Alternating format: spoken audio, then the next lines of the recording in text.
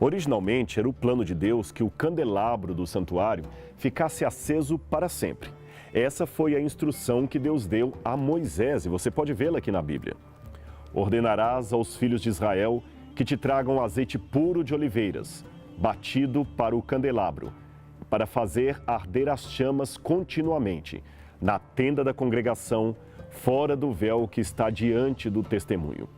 Arão e seus filhos as porão em ordem desde a tarde até a manhã, perante o Senhor. Isto será um estatuto perpétuo para os filhos de Israel pelas suas gerações. Êxodo 27, 21 e 22. Noutras palavras, Deus estabeleceu a conservação do candelabro aceso como se fosse um testemunho perpétuo, ou seja, esse mandamento não deveria jamais ser revogado. Mas a história nos mostra que essa prática foi interrompida, especialmente depois que Tito, o general romano, marchou com fúria sobre Jerusalém e a sitiou, destruindo o templo e a cidade no ano 70 d.C. No arco de Tito, em Roma, é possível ver o relevo dos romanos levando a menorá do templo de Jerusalém como um espólio de guerra. Essa destruição impediu que os judeus continuassem a obedecer esse mandamento de manter a menorá acesa.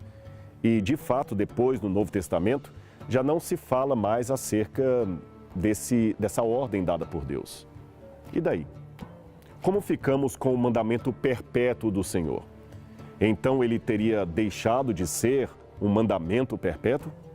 Não, de jeito nenhum. Deus tem maneiras surpreendentes de mostrar a sua soberania na história. Esta ordem continua cumprindo-se nos dias de hoje, no cumprimento do Velho Testamento, que era apenas uma figura. Eu vou explicar isso para você. O antigo ritual do santuário é como uma planta na mão de um engenheiro. Não se trata do edifício em si, mas mostra como ele será depois de construído. Assim também era a lei de Moisés. Ela não tinha a imagem exata das coisas que apontava, mas prefigurava a salvação vindoura, isto é, a nova aliança em Cristo Jesus que haveria de se manifestar. Veja, não sou eu quem estou dizendo isto, é Paulo. Você quer ver? Está aqui. A lei não tem a imagem exata das coisas, mas a sombra dos bens vindouros. Hebreus 10, versículo 1. Sabe, os mandamentos perpétuos que o Senhor estabeleceu na velha aliança continuam mantidos na nova aliança, porém não mais como figura e sim como cumprimento. Às vezes, para valorizar os 10 mandamentos, nós somos até tentados a rejeitar a lei cerimonial como se ela fosse má, transitória, sem efeito positivo. Porém, nada estaria mais longe da verdade. A vulgarmente chamada Lei de Moisés era igualmente a lei de Deus que inspirou Moisés a escrevê-la. Ademais, a lei cerimonial tinha um caráter pedagógico que os 10 mandamentos não possuíam. É que os 10 mandamentos apontavam para o pecado, mas a lei cerimonial aponta para a graça, o perdão e a solução para o problema. Era a lei cerimonial que apontava para o Cordeiro, segundo o Apocalipse, o Cordeiro que foi morto desde a fundação do mundo. Agora, se é assim, alguém pode perguntar, por que não continuamos matando o Cordeiro ou celebrando as festas judaicas até hoje? Justamente pelo que eu falei há pouco. Não guardamos a lei cerimonial como figura, mas como cumprimento. Veja, o que é a Santa Ceia?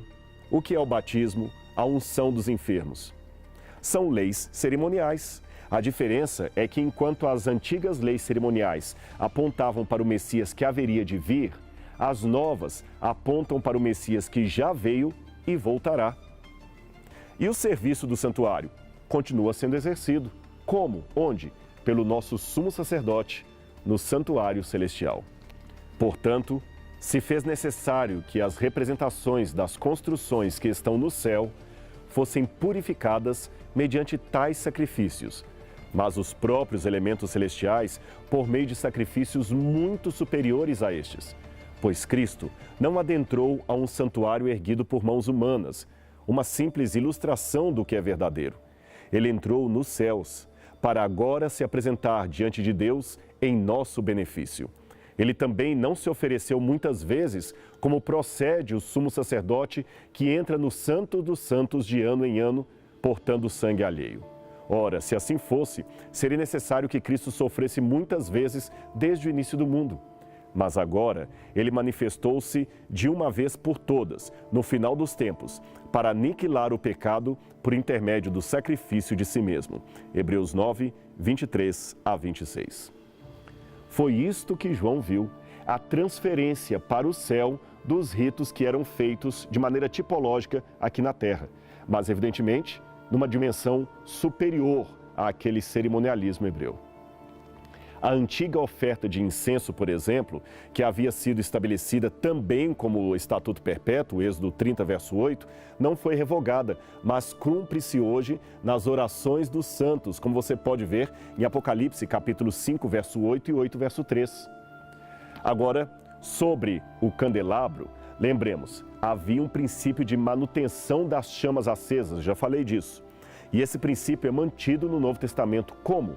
O Apocalipse, em associação com outros textos, nos dá a resposta. Apocalipse 1, versos 5 e 6, diz o seguinte: Cristo, que nos ama e mediante o seu sangue nos libertou de todos os pecados e nos constituiu reino e sacerdotes para servir a Deus, o seu Pai. Esse texto é claro, não é mesmo?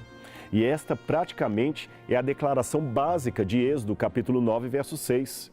Séculos mais tarde, citada por Pedro essa passagem, queria dizer que nós somos sacerdotes, portanto, temos de manter acesas as chamas do candelabro de Deus, como faziam os levitas da velha aliança. E como podemos fazer isto hoje? Veja o que diz a Bíblia. Não apagueis o Espírito. 1 Tessalonicenses 5, 19.